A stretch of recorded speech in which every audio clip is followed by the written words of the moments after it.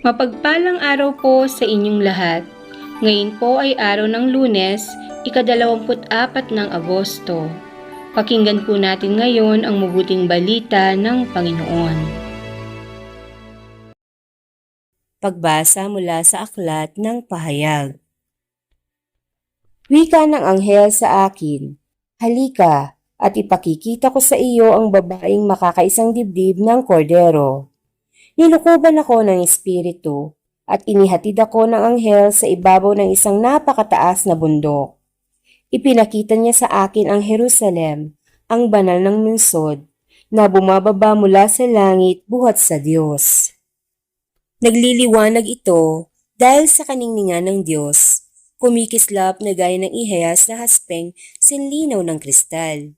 Ang pader nito'y makapal at mataas at may 12 pinto, bawat isa'y may bantay na anghel. Nakasulat sa mga pinto ang pangalan ng 12 lipi ng Israel.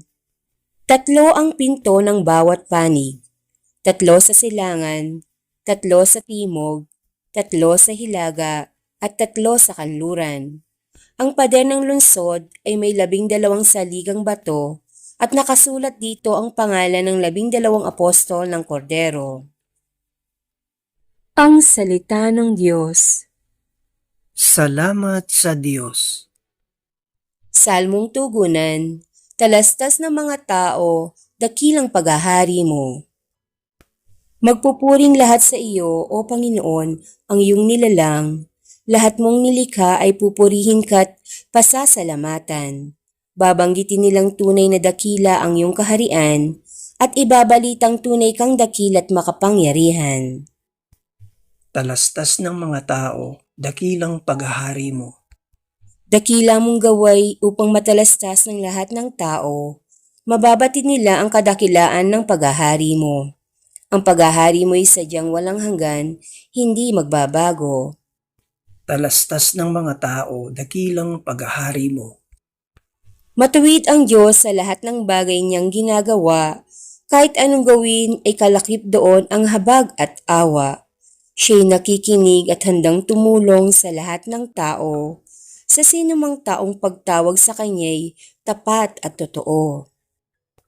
Talastas ng mga tao, dakilang paghahari mo. Aleluya, aleluya!